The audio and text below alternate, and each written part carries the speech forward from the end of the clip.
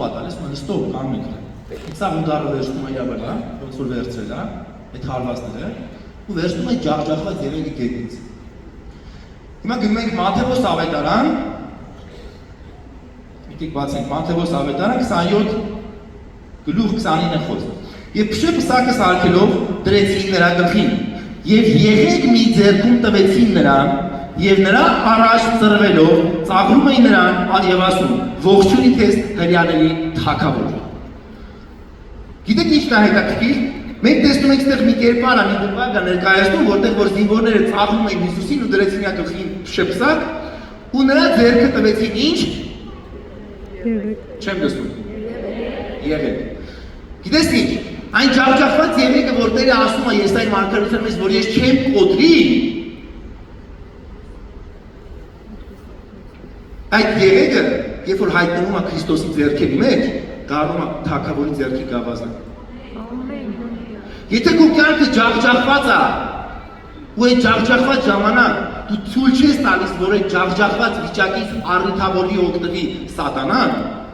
ու օգտագործի քեզ, ու ավելի կոտրի ու ջախջախի փչացնի քո կյանքը, այլ դու ես տալիս միևնույն է ջախջախված վիճակում այստեղ նստել ու փառաբանել Տիրոջը, ջախջախված վիճակում շարունակել քայլել Քրիստոսի ճշմարտության մեջ, Քրիստոսի ձեռքով ջախջախված եղել դառնա գավազան։ Ինչ է գավազանը։ Գավազանը դա մի բան է, երբ որ նազովրեցի Քրիստոսը կարա բռնի ու հենվի։ Ինքն էր ջախջախված այդ ժամանակ այստեղ։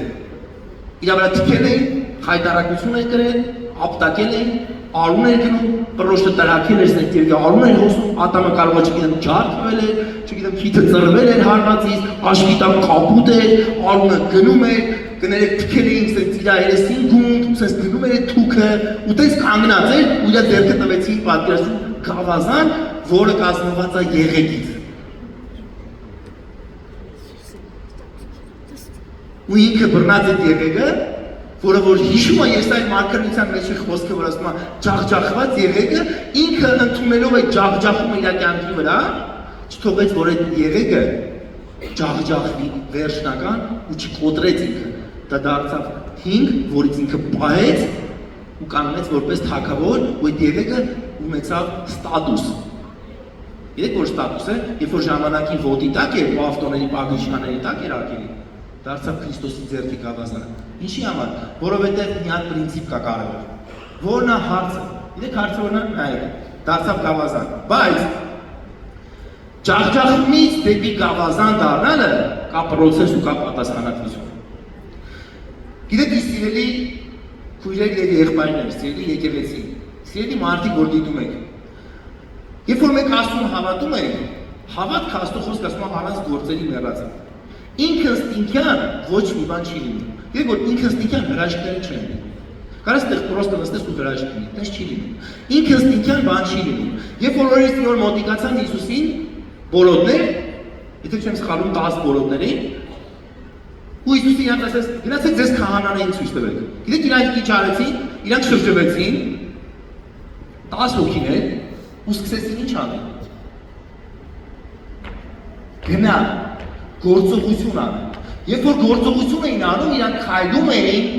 ըստ Քրիստոսի խոսքի ճանապարհին բժշկվեցին։ Դա ինքնստինքյան չէ, նրանք գործողության մեջ են, անգլերեն ասում են action, գործողություն։ Եթե դու կանգնացնում ես քո գործողությունը, դու չես կարող հրաշք ունենաս։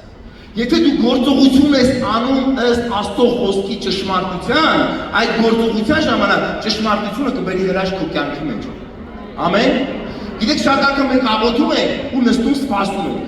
Մենք աղոթում ենք ու նստում սպասում ենք։ Մենք աղոթում հասարակ բան ասեմ, լավ ասեմ։ Եթե դու ունես ողնաշարի ցավով, բայց դու աղոթում ես, որ քո Աստված քեզ բժշկի, դες ինչ նորմալ կլինի, որ դու սկսես առավոտել մարմնամարզություն անես։